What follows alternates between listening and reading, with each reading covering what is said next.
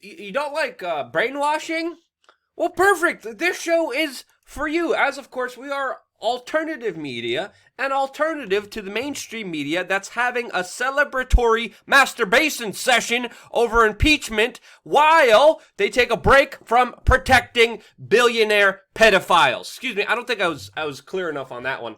The media protects pedophiles. Yes, our establishment that many people entrust to tell them what's going on in the news is actively a part of a larger pedophile network. Oh, jeez Louise. So yeah, as an alternative here, as independent media that doesn't have any of those problems at all, that's why in this video, we will be talking about all the latest top news in Bolivia, in Hong Kong, and that white hat dude, that's really not doing that well. All on an independent media network supported by t-shirts and hats and stickers, including ones that say demonetized, since this video is going to be demonetized. Oh, the irony is very rich here, but they're not gonna keep me now. I mean, I'm here strategizing, you know? I'm not going away anytime soon. I'm one stubborn son of a Polish person that definitely doesn't know when to say quits. Is that what they say, quits? No, that's probably the wrong analogy here, but you know what I mean. So yeah, support us by checking out some of the shirts and stuff. The link is down below, and join our efforts to fight the pedophile protectors. But hey guys, don't worry. Just as ridiculous as the media is, so is our current political landscape. But don't worry, we have brave agents of the state who are here to protect, and serve you. No, they're arresting ladies for trying to sell churros in the New York City subway system, trying to make a living, or conveniently also just, trying to arrest people for the horrible crime of eating. Yes. There's insane videos going around the internet right now that luckily have been recorded, that luckily the public is able to see, that I've been warning about for a very long time, since again, I've been experiencing this as I grew up in New York City, seeing it escalate to the insanity that it is now. This insanity has been progressively getting worse, as I've been speaking about, and that is of course the gripping down, the tightening of control by the government in order to pay for their socialist utopia states, eviscerating the middle class, essentially creating a slave state system, which of course they all will provide you, all in the name of progressivism, all in the name of allegedly trying to provide you free stuff. And this is why, again, I've experienced these egregious actions by law enforcement personally myself, but this is why we're seeing such egregious actions, particularly in New York and California. We're seeing these absurd actions because in those particular locations, the state has a huge economic burden that they need to fulfill because of all the free stuff that they promised their citizens. And again, nothing is free, so these jurisdictions need to pay for it by, of course, fining, taxing, and penalizing average activities like, selling churros, which these thieves, or some people call them politicians, have to argue and defend somehow. And again, the nanny state won't pay for itself, and people need to realize these are going to be the bigger consequences of jurisdictions and states that promise you free things. It is never free, and this is the price that essentially the public pays for it, because there's a lot of money that they're making off these particular incidences. Now, moving forward in a subject that we raised in yesterday's video, particularly about Bolivia, and whether there was a legitimate protest revolution happening in that country, or another Latin American coup d'etat provided by the CIA. Well, the situation definitely changed dramatically since our video, and since then, the Bolivian president announced that he will be resigning after, of course, calls for his resignation by the military and police, essentially claiming that he was a victim of a coup. All of this has been escalating since last month's election, which has been disputed, and whether there was or was not any voter suppression is still unknown, and I have not seen any clear evidence suggesting one side or another on this. And all of this happened as he fled his country as the police were planning to, quote, arrest him. Now, Donald Trump has actually called his resignation as a, quote, significant moment for democracy. And overall, the U.S. Western mainstream media has been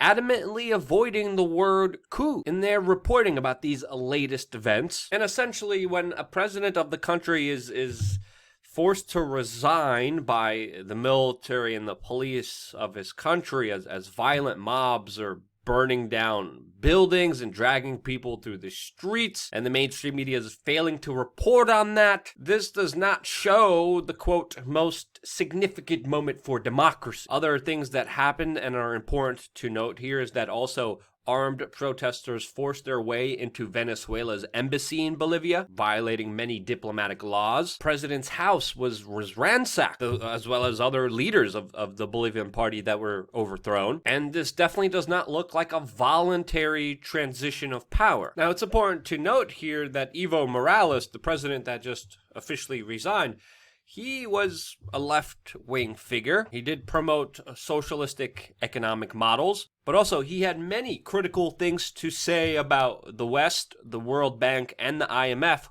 who also have a very bad track record surrounding Latin American politics. And even at the United Nations, he particularly was warning about coup d'etats and regime changes that were engineered by the United States that many times historically were devastating for the local populations. Another thing worth considering here is that Bolivia, who wasn't playing ball with the West, also has around 50 to 70% of the world's lithium, a very important natural resource that is used for many popular electronics. Now, that's one side of the argument. The other side of the argument is saying that Evo Morales actually lost the support of the biggest trade union in this country, the police, the military, and also many former political allies. Many people like the Atlantic even point to him using authoritarian powers and someone who is seeking to be the president of Bolivia forever. Those are the accusations against him, since again, he was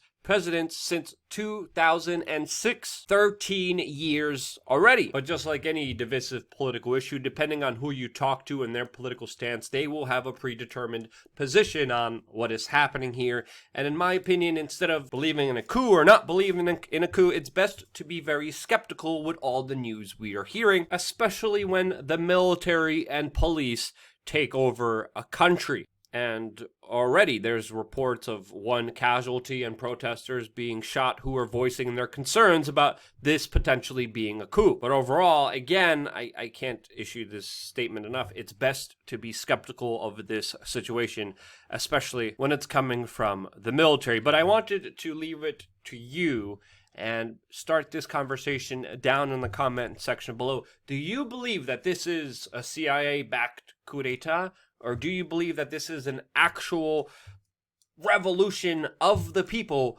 that ousted a really bad leader for them? Let me know what you think in the comment section below. I look forward to the debate because knowing the people who watch our channel, this is going to be a very interesting conversation to have. Now, moving on to other strange, skeptical things that happened in the news today, we have information coming from Turkey that the British Special Army officer, military contractor, and the founder of the controversial group in Syria, the White Helmets, has been found dead in Istanbul from allegedly falling from his balcony. This is also the same person accused of being a spy with connections to terrorists, according to Russian officials. But just like the White Helmets, it's important to question the media narratives here, since most likely there might have been foul play involved in this entire situation, which again is important to be very skeptical of. Now, another crazy, what in the hell is happening? We have more crazy news coming from Hong Kong, where dramatic videos are coming out of showing first a police officer just shooting a protester at close range. We won't show you any of the graphic video footage in this particular report. There's also just other just really astonishing video of police officers beating men and women all throughout Hong Kong, as violence is not only gripping that city, but is escalating to just unbelievable proportions, which if you saw our reports from Hong Kong, we told you it's only going to get worse from here. And essentially what we're seeing here is a soft proxy war that's engaging in this city every single weekend between the Western European tied Hong Kongers and of course mainland China, and them vying for their influence in the city. And of course there's escalations from both sides, as this crazy video just came out of Hong Kong showing a man who disagreed with the protesters being set on fire after having an ignitable liquid thrown on him. Very disturbing videos that, again, we will not be showing in this particular broadcast. But overall, the situation in Hong Kong has gotten worse and expected to get even worse from here. Potentially, we may go and report on again. Maybe, I don't know. Most of our reporting is dependent on your support, your donations, your contributions, but also you just saying, hey, I really would love to see more on the ground reports here or here. And the best way to do that is to get in contact with, of course, my Twitter and respond to me over there on twitter.com/LukeWeAreChange. LukeWeAreChange on Twitter is the best way to help determine what this independent news organization does. Since, again, it's mainly just me and my friends here. We don't have big newsrooms. We don't have any special interests. It's just us. And the more we could get support from you, either sharing this video or communicating with you and learning from you, the more we appreciate it very, very much. And that's why I try to end every single broadcast by saying, love you guys. Stay tuned for more here on wearechange.org.